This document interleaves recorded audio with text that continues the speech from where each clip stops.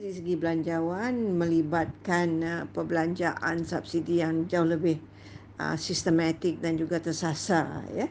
Jadi dalam konsep dan konteks ini dia tidaklah sangat merujuk pada kedudukan pemotongan subsidi, tetapi lebih merupakan konsolidasi fiskal dan juga rasionalisasi, ya, dari segi subsidi yang diberi.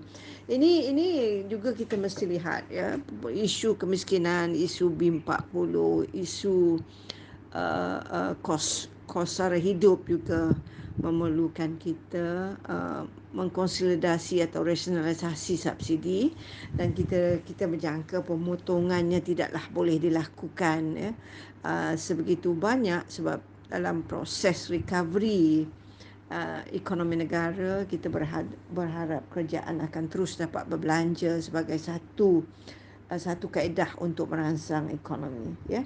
Tapi malangnya dalam isu-isu rasionalisasi pemotongan ni, saya lebih suka menggunakan konsep rasionalisasi, ya.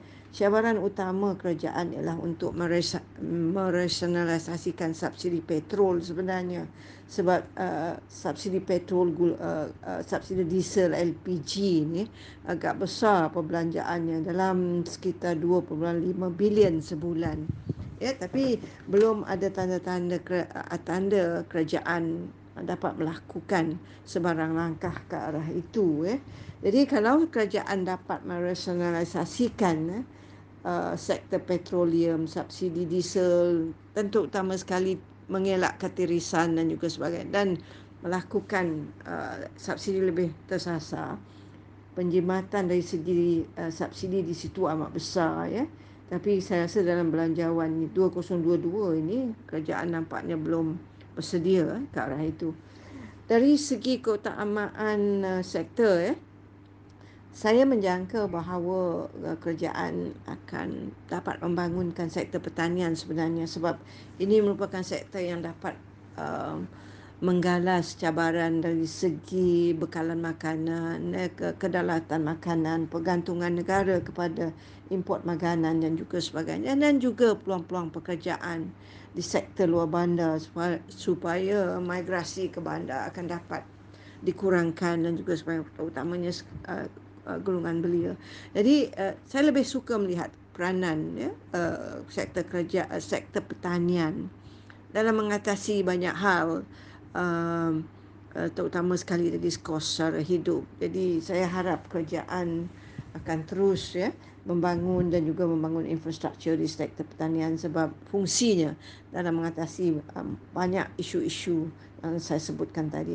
Selain daripada itu, saya rasa Malaysia harus juga, ya, berbelanja dari segi sektor pendidikan dan juga sektor kesihatan, sebab kita melihat bahawa sejak akhir ini, ya, sektor pendidikan dan kesihatan ini agak agak unik dari segi cabarannya, ya. Pendidikan berkait dengan sumber manusia yang dapat kita bekalkan untuk proses pembangunan negara, sementara sektor kesihatan merupakan satu sektor keperluan asas, di mana akses kepada sektor ini amat diperlukan, khususnya untuk golongan B40, ya.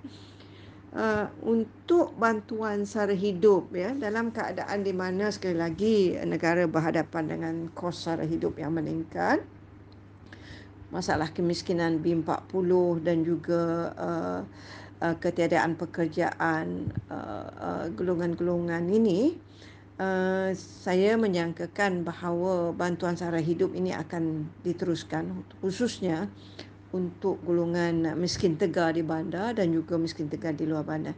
Tapi saya juga ingin melihat bahawa kerajaan memberi alternatif yang lebih berjangka masa sederhana dan panjang. Contohnya bantuan dari segi menjana peluang pekerjaan, terutama sekali dari segi golongan B40 yang agak produktif di bandar, dan juga golongan-golongan belia, ya, yang berada di bawah keluarga B40 itu merupakan satu langkah yang jauh lebih sustainable, lebih mampan, daripada menggunakan kaedah-kaedah bantuan langsung seperti bantuan keuangan dan juga sebagainya.